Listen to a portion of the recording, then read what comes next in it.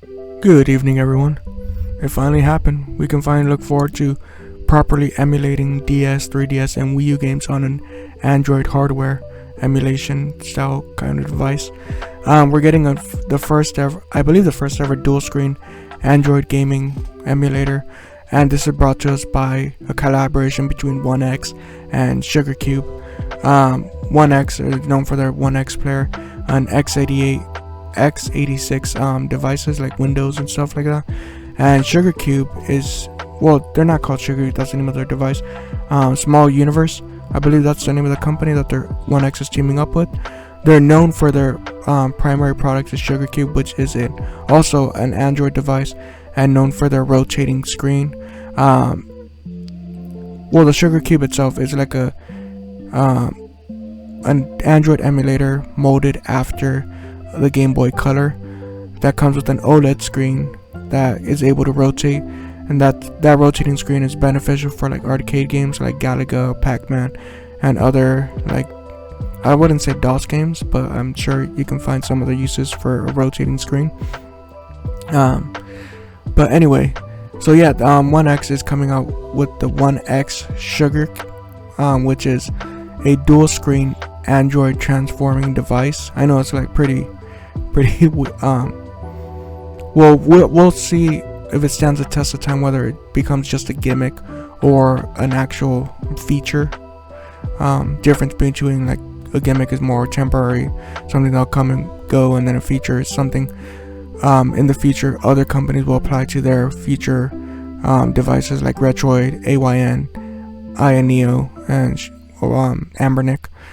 But yeah, I'm pretty excited for this because I've emulated DS games, 3DS, and Wii U games before, but like it never feels the same when you're playing on one screen.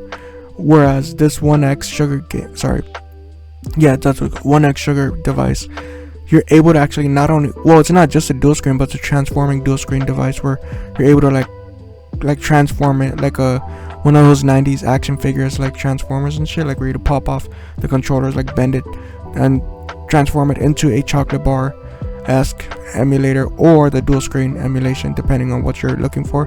And it's not just because of DS, Wii U, and 3DS emulation, but I'm also for people like multitasking. Like for example, Samsung already has their Fold line of phones.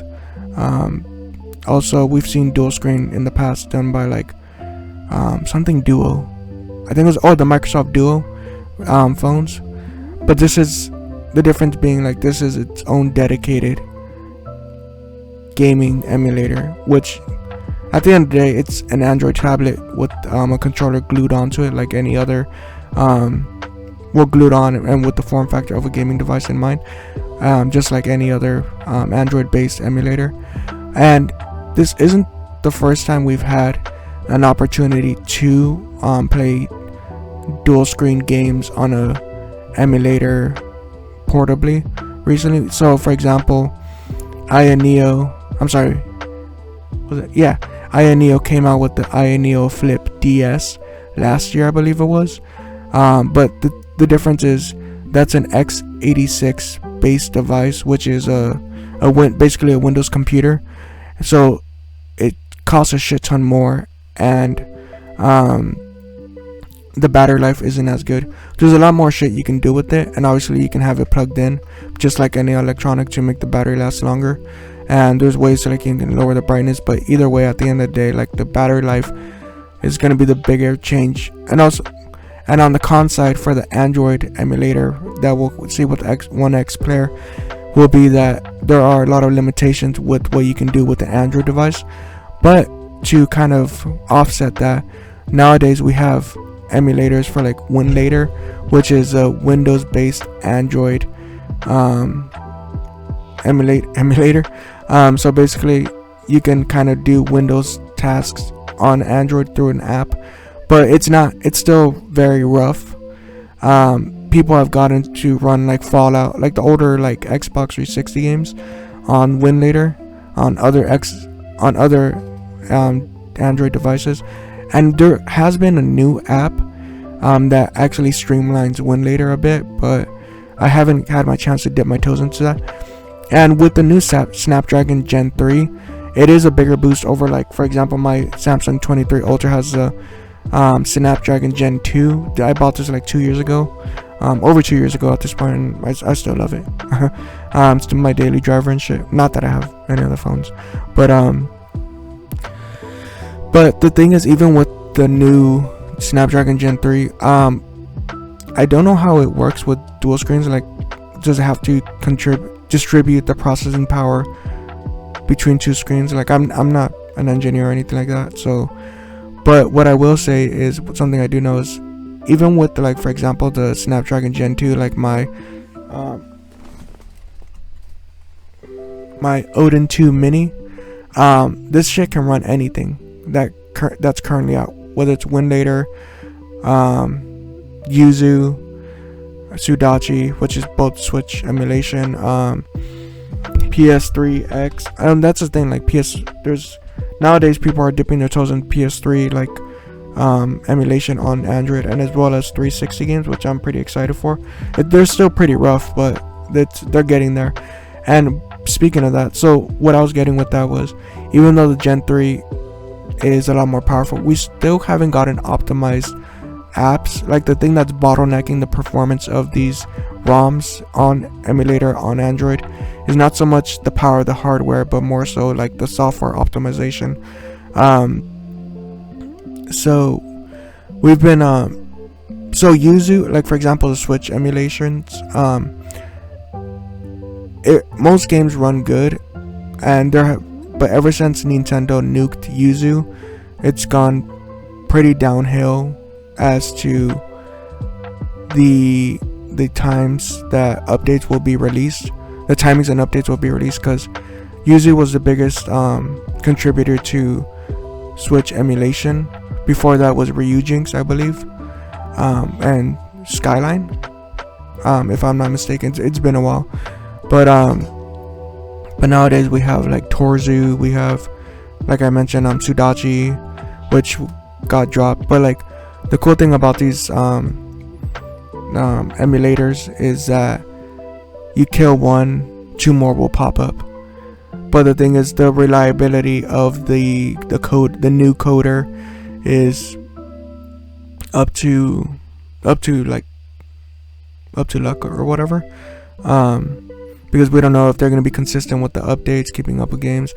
And a lot of these coders, like, they're working by themselves. Well, a lot of these new coders, they'll be working by themselves, or they have, like, other responsibilities. So maybe as we get deeper into Switch 2's life, the Switch 1 emulator scene will be ignored, and Nintendo won't care as much, so we can continue.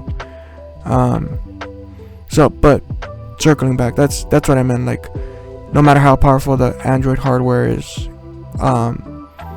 we're being bottlenecked by the software. But I went off on a tangent. So going back to, like, 3DS emulation. So for 3DS, I think the current ones that, again, when they nuked Yuzu, they also nuked Citra 3DS. But somebody took that coding and ran with it and created Lime 3DS, I believe. I think that's the current best one. But I don't know how it's going to be optimized on 2 screens, because I don't know if, like, those softwares and emulators are built for just 1 screen. But for example, like, when you have the chocolate bar emulator, you'll have 1 screen, you'll have the dual screens sharing 1 screen or whatever. You can change the sizes, like, you can make it 50-50, or you can make it like 80-30, because some games, like, you're mostly focused on the top screen where all the action is happening, and on the bottom screen is that where, like, your inventory or your map is at. But yeah, so going back to actually talking about the ONEXSUGAR device, it looks like there's gonna be, like I mentioned, a transforming aspect of it. This shit looks amazing. The only thing, and since it's gonna be an Android device, I expect it to be cheaper than, like, any current x86 devices, like obviously, I don't see it being 1K. I could see it being like $600, to be honest. and I don't know, and I'd be down to risk that if I knew One X was consistent with their customer support. Like if I got like a faulty device, or the warranty is like covers like any physical damage, but that's, you're putting that risk into any manufacturer, especially ones overseas like AYN, Ioneo, Ambernic, and Retroid. But the difference, well, at least for Retroid and Ambernic, you're not going to be dropping a couple $100. Like the most you'll be dropping is maximum like $300, which is still a pretty penny. But you're not going to $600 is just it's a bigger gap in pricing. But that's just me like pulling numbers out of my butt. Originally I thought the Ioneo was, when they were first announced, they were showing off teasers of the Ioneo Flip DS. I thought it was going to be Android based, like ARM chipset, but it turned out to be an x86, and I wanted it. Like I was close to getting it, but like at the time, like I wasn't really playing enough to warrant a portable device, especially since I don't travel as much. I wasn't ready to drop like 900 to 1.2k on a basically like a portable gaming computer that kills, because gaming laptops in general, like their battery dies quickly. It's not really portable to the degree where you can play games running off of the battery. You need to always be plugged into an outlet for the most part. But with the Android device, battery life isn't going to be as much of an issue since it's ARM based, or since it's Android based, as opposed to x86. So, but either way, I'm excited to see how this will pan out. I'm sure we don't have a release window yet. Like I mentioned, there's an Indiegogo page, but and you can find like some basic information on the device, but probably we're like another year out before it's released. But I'm excited. Let me know what you guys think about the first that I know of Dualscreen Android emulator, dedicated emulator. Like, share, and comment with your thoughts on the new device. Thank you and have a nice day.